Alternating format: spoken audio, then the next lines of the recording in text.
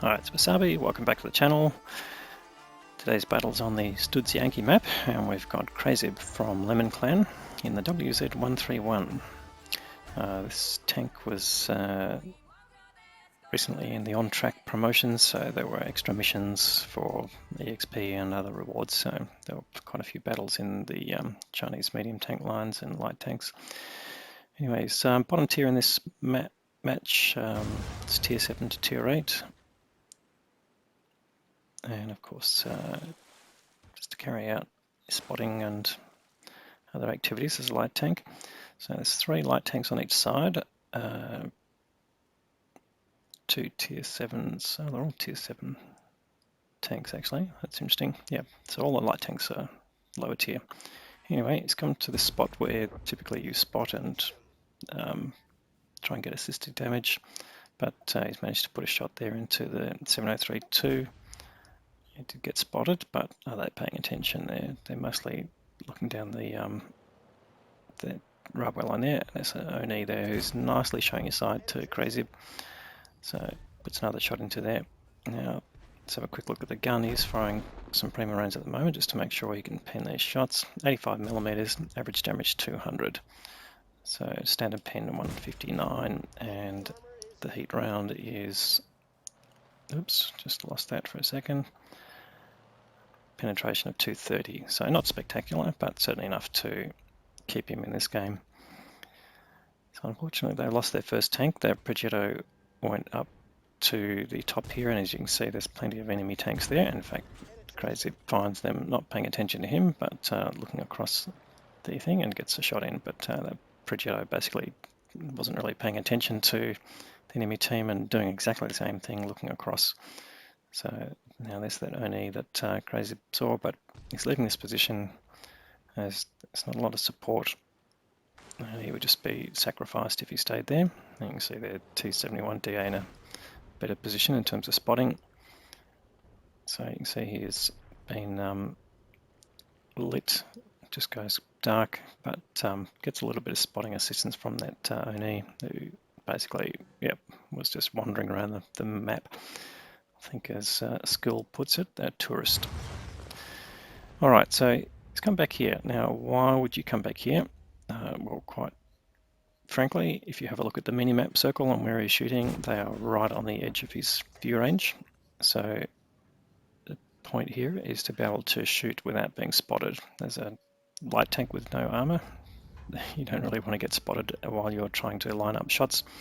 So, and also to get away if you do get spotted, but in this case, trying to keep your enemy on the edge of your view range circle, given that you're using, in his case, you saw at the start, his actual modules, because he's using field modification, it shows at the start that he's using coded optics, so as well as you can see he's running food, so he's got his view range maximized,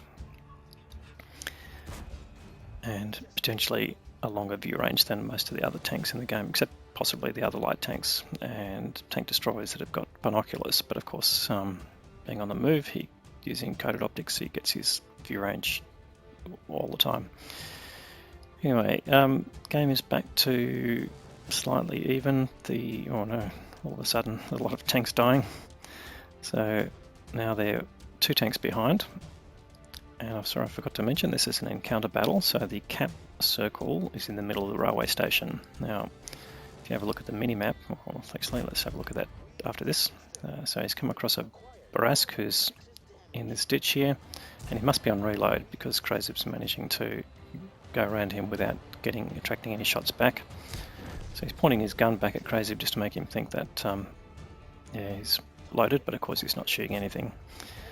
Anyway, finds another enemy tank there, the VK-3002, who's basically concentrating, or he was concentrating on the Object 252U, but for some reason he's not shooting at Crazib, or no, there he is shooting, but he's not getting his gun depressed enough to focus. Spic comes in to help him, but it doesn't matter, Crazib gets the kill. So it's 2 kills now to Crazib, and he's ticked over 2,000 hit points of damage, which is pretty impressive for a light tank. but it's early days in the game. We're not even into 5 minutes completed, so he's got quite a strong position now. So here we go again. Look at the view range circle on the minimap. These targets are right at the edge of view range, so best tactics for a light tank. Now at IS-2 is angled, so unless he goes through the turret, which I think he just did then, he's not really going to get penetration because he's hitting the angled side. But oh, they're just making a mockery of my comments there, getting penetration again. And he's firing standard rounds here, so firing through the destructible walls is no problem. It won't stop those rounds, just reduces their penetration a little bit. Now there's a T-43 just tucked in. It looks like the whole tank there is outlined, of course, but the bit you can see is just the turret, and part of the hull is behind a piece of coal or a mound of coal. So you've got only a small part of the tank visible. And there you go, finally gets a shot in the right sector. And that T-43 pretty much locked in that position. If he moves out and he's now taken down to 18 hit points, then he's not going to survive, and in fact it gets taken out by the Object 252U, who is behind crazib, and that's not a bad shot from a 252U. Then some of these 252Us and IS-6s and so on seem to have amazingly accurate guns, even though their dispersion is pretty broad.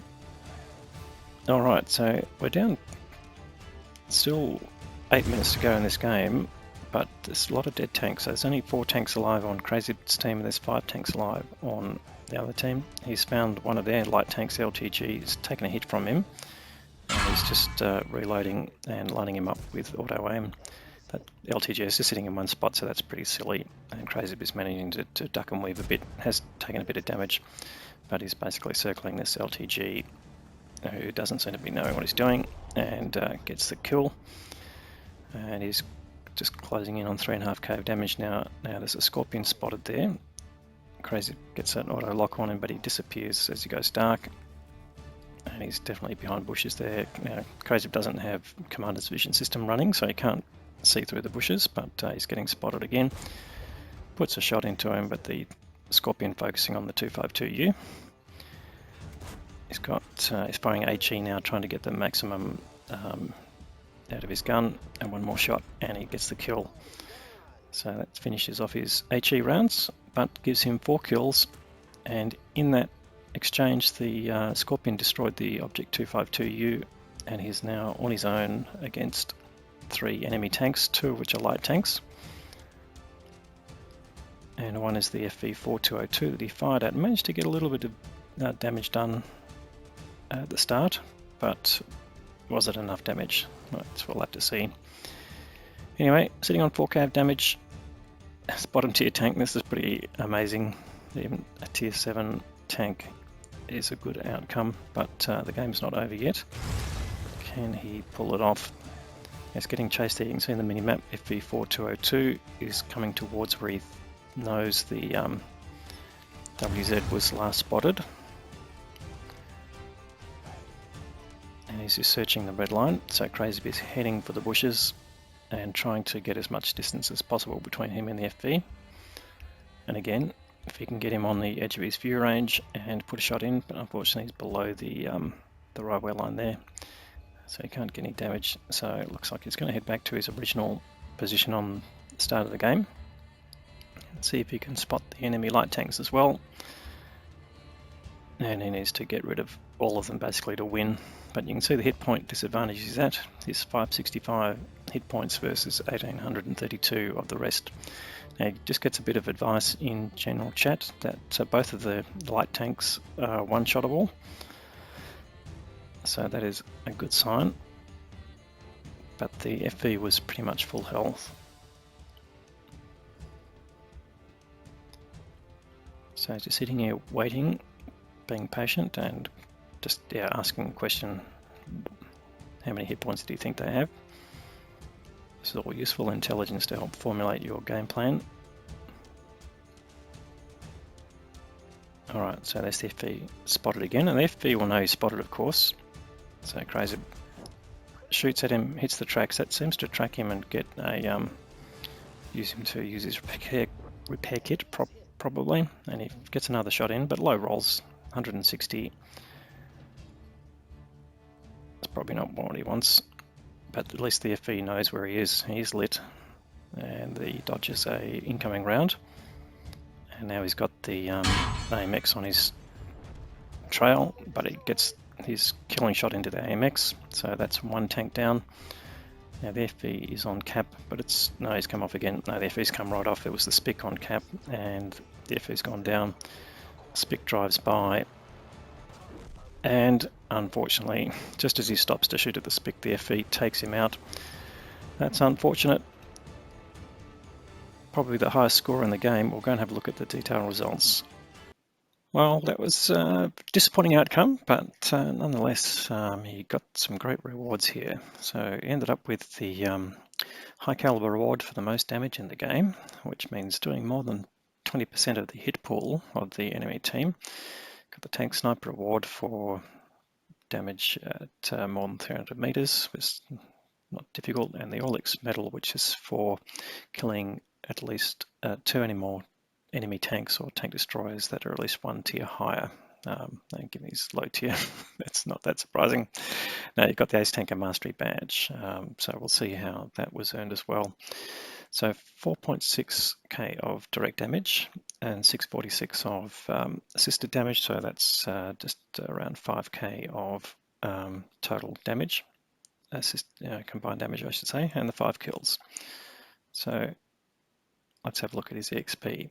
1232. Now why would that get an Ace Tanker? Well, first of all, 1232 base experience in a loss, that's very impressive, considering you don't get the winning bonus. The 4600 damage he did was the highest, and he just beat out that FV 4202. So excellent player there, by the way. I mean, I'm not sure if you noticed he had 2 marks of excellence on his barrel, just as crazib does on his tank, so clearly knows how to handle his tank and get the most out of it. And he ended up with 1373, which definitely would have earned him an Ace Tanker, you would think, as well. But on crazib's team, really only 2 tanks contributed well. The Object 252U that was basically following him around, getting the most out of crazib's work, did just under 2.5, and the Skoda T56 did 2.6k, and the rest of his team really didn't do well. The enemy team, the 1375 and the SPIC, both finished up in the top 3, so good work there. But okay, this is where the action is. 35 shots fired, 30 hit, quite a few particularly at long distance there, so not that surprising. 25 penetrations from those hits. That gave him his damage total 1635 hit points done at a distance of more than 300 meters. Just again showing light tank tactics there. Damaged 10 of the enemy vehicles in the team, so that's 2/3 of the whole enemy team were damaged by crazib. And that's the cost, of course. And it is a tech tree tank. He had some battle payments, which gave him an additional 20k, and the achievements, that is the Courageous Resistance Award, which will also come into the XP. And although he fired quite a bit of premium ammunition, it was probably more the premium consumables that dropped his profitability, but he ended up costing him 13k. Oh, that's fine. Now here we go. So 1232 base experience with an additional 664, which he would have received if he'd been on the winning team. That's given as the Courageous Resistance Award, and that would give him a total of over 1890 hit points, experience in a standard base count. So that would have been a very high level of experience anyway. And as you can see, his performance really cried out for that. But unfortunately, that was a fail to carry, and that's the stamp it's getting. So crazib, thanks for the content. It was a great battle, and bad luck at the end. If you liked the video, please give it a thumbs up. And if you haven't subscribed to the channel already, please consider doing that. We'll have more great content like this to follow, and thanks for watching.